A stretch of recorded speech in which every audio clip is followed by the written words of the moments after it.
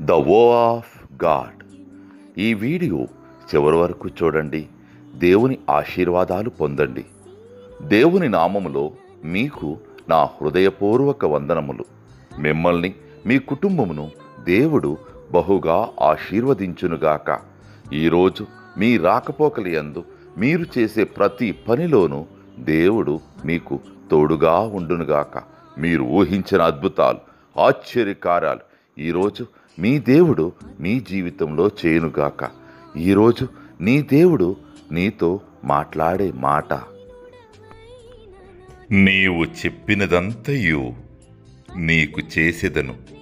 Ruth 3:11. I will do for you all you ask. Ruth chapter 3 verses 11.